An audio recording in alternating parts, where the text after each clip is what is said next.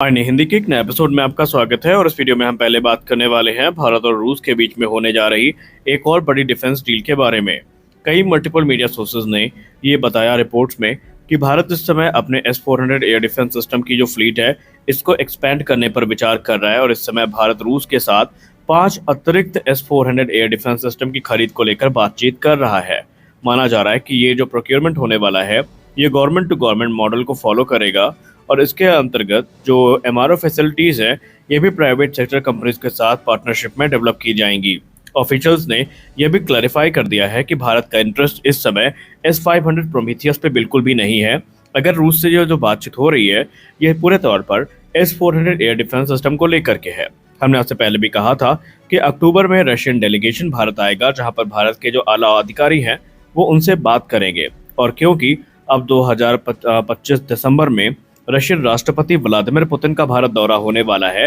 तो ये दौरा काफ़ी महत्वपूर्ण होगा। तो वैसे ये जो डेलीगेशन आ रहा है ये S-400 एयर डिफेंस सिस्टम के साथ साथ Su-57 फैलन को लेकर के भी भारत से बातचीत करेगा, नासिक फैसिलिटी का दौरा करेगा और वहाँ पर ये एनालिसिस करेंगे कि इन्हें Su-57 के निर्माण के लिए क्या क्या मॉडिफिकेशन वहाँ पर करनी पड़ सकती है। इसके अलावा रिपोर्ट्स ये भी इंगित करती हैं कि Su-57 को लेकर भारतीय वायुसेना ने जो हामी है वो भरी है। हालांकि भारतीय वायुसेना प्रमुख ने अभी इंडियन एयरफोर्स डे के ठीक पहले ये कहा है कि Su-57 इस रेस से बाहर भी नहीं है और इस रेस में भी नहीं है। रिपोर्ट्स ऐसा बताती हैं कि भारत इस समय जितने भी अवेलेबल ऑप्शंस हैं सबको एक्सप्लोर कर रहा है और अवेलेबल ऑप्शंस के बाद ये देखा जाएगा कि कौन सा एयरक्राफ्ट भारतीय वायुसेना के रिक्वायरमेंट को सबसे अच्छे से पूरा करता है और फिर वही एयरक्राफ्ट भारतीय वायुसेना को ज्वाइन करेगा। इस समय Su-57 को सबसे बड़ी टक्कर जो मिल रही है वो राफेल फाइटर से मिल रही है और इन्हीं दोनों के बीच में जो निर्णय है वो आ सकता है।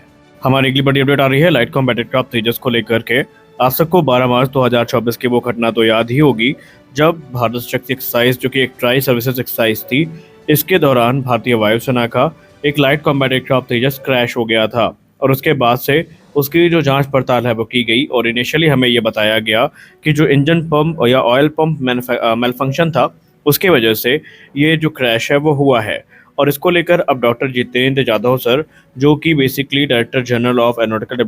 डेवलपमेंट एजेंसी हैं आडा, उन्होंने ये कहा कि इंडियन एयरफोर्स का जो तेजस क्रैश हुआ था उसके पीछे जो मेंटेनेंस की कमी थी वो आई थी, यानी कि वो ह्यूमन एरर की वजह से क्रैश हुआ था। उनमें किसी प्रकार का डिजाइन डिफिशियंसी नहीं थी क्योंकि जब ये एयरक्राफ्ट क्रैश हुआ था तो कई लोगों ने ये तर्क दिया था कि तेजस के डिज़ाइन में कुछ इशू है जिसके चलते ये एयरक्राफ्ट उस समय क्रैश हुआ था। जबकि उन्होंने क्लियर कर दिया है या ये कह लें कि आडा के चेयरमैन ने क्लियर कर दिया है कि इस समय ये जो क्रैश हुआ था उसके पीछे का जो ह्यूमन एरर कारण था वही सबसे प्रमुख था। हमारे एयरक्राफ्ट के डिज़ाइन में किसी प्रकार की कोई कमी नहीं थी और हाल ही में जो HAL के तरफ से ब्लेम डाला गया था उसको भी उन्होंने खारिज कर दिया। दरअसल आपको बता दें कि 12 मार्च 2024 को ट्राई सर्विसेज भारत शक्ति एक्सरसाइज के दौरान जो कि पोखरण फायरिंग रेंज में आयोजित करी गई थी राजस्थान के, तेजस मार्क 1 फाइटर एयरक्राफ्ट एक डेमोन्स्ट्रेशन सॉर्टी से लौट रहा था और इस दौरान जो एयरक्राफ्ट है ये आउट ऑफ कंट्रोल हो जाता है और पायलट को फोर्स करता है कि उन्हें इजेक्ट करना पड़े और उसके बाद ये जो प्लेटफॉर्म है क्रैश हो जाता है।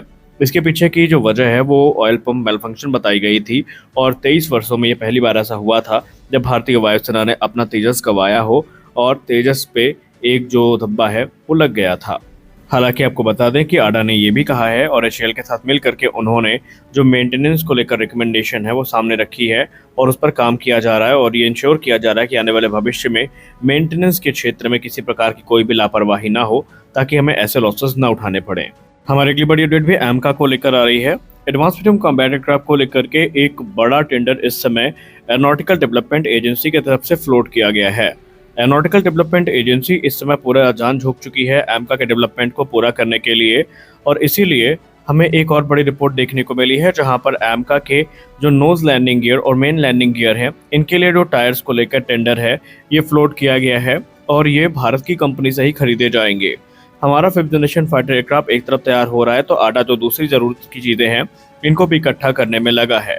ये जो प्रोक्योरमेंट है ये न सिर्फ प्रोग्राम के मोमेंटम पाने का एक प्रमाण है बल्कि यहाँ पर यह भी देखा गया है कि AMCA के मैक्सिमम टेक ऑफ वेट को लेकर जो अभी तक कन्फ्यूजन थी वो भी क्लियर हो चुकी है। आडा के टेंडर में एक 25 टन वजनी स्टेल्थ फाइटर की बात की गई है यानी मीडिया में जो क्लेम किया जाता था 26 टन के या 28 टन के एमका को लेकर के, कहीं ना कहीं अब वो चीज़ें खारिज हो चुकी हैं और हमें ये पता चला है कि ये एयरक्राफ्ट 25 टन वजनी होने वाला है और इसी को लेकर जो टेंडर है वो फ्लोट किया गया है। इंडियन एयरफोर्स की नज़र इस समय 2030 के दशक तक इनको इंडक्ट करने की है और इसके लिए बाकायदा जो अभी आडा की तरफ से टायर्स हैं, इनके लिए जो टेंडर है वो इशू कर दिया गया है। ये टायर ऐसे होने चाहिए कि ना सिर्फ ये पॉलिश रनवे से, यानी कि वेल मेंटेन रनवे से एयरक्राफ्ट को टेक ऑफ और लैंड करवाने में मदद करे, बल्कि फॉरवर्ड एयर बेसिस में जिस प्रकार के रनवे होते हैं वहाँ पर भी ये इजीली ऑपरेट किए जा सकें, इस प्रकार से होने चाहिए। आधा के इस टेंडर को सितंबर 2025 के अंत में इशू किया गया था और इन हाई परफॉर्मेंस टायर की जहाँ तक बात रही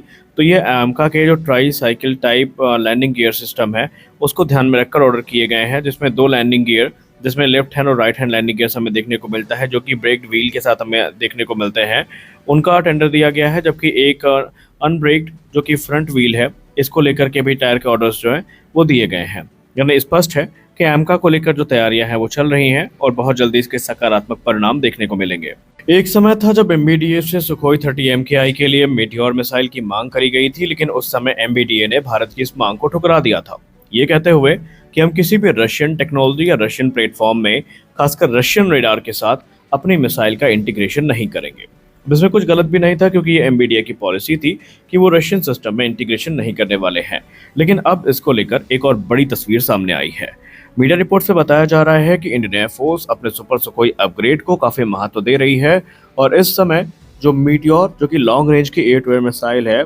इसको सुखोई 30 एमकेआई में इंटीग्रेट करने को लेकर काम किया जा रहा है। बड़ी बात यह है कि मीडिया संस्थान IDRW की रिपोर्ट में यह बताया गया कि एमबीडीए, जो कि यूरोपियन मिसाइल मैन्युफैक्चरर है, इन्होंने भारत की इस रिक्वेस्ट को हरी झंडी दे दी है। यानी कि एमबीडीए ने कहा था पहले भी कि अगर सुखोई 30 एमकेआई में भी जो इंडियन सिस्टम है वो देखने को मिले, इंडियन सिस्टम्स का यूज़ किया गया, तो एमबीडीए को कोई प्रॉब्लम नहीं होगी। और क्योंकि अब सुखोई 30 एमकेआई को सुपर सुखोई का अपग्रेड मिलना है, तो इसमें हमें इंडिजिनस विरूपाक्ष रेडार देखने को मिलेगा, इंडिजिनस इलेक्ट्रॉनिक वॉरफेयर सिस्टम्स देखने को मिलेंगे। तो एमबीडीए को भी अब इसमें कोई आपत्ति नहीं नजर आ रही है और इसलिए हो सकता है कि भारत के सुखोई 30 एमकेआई में आने वाले भविष्य में हमें एमबीडीए मेटियोर देखने को मिल जाए। मेटियोर की रेंज की बात करें तो ये 200 किलोमीटर से ज़्यादा की रेंज को प्रदर्शित करने में सक्षम है और ये जो हाई वैल्यू टारगेट्स हैं उनको न्यूट्रलाइज कर सकती है। और R-77 से अस्त्र और अस्त्र से मेटियोर में जो स्विच हुआ है भारत का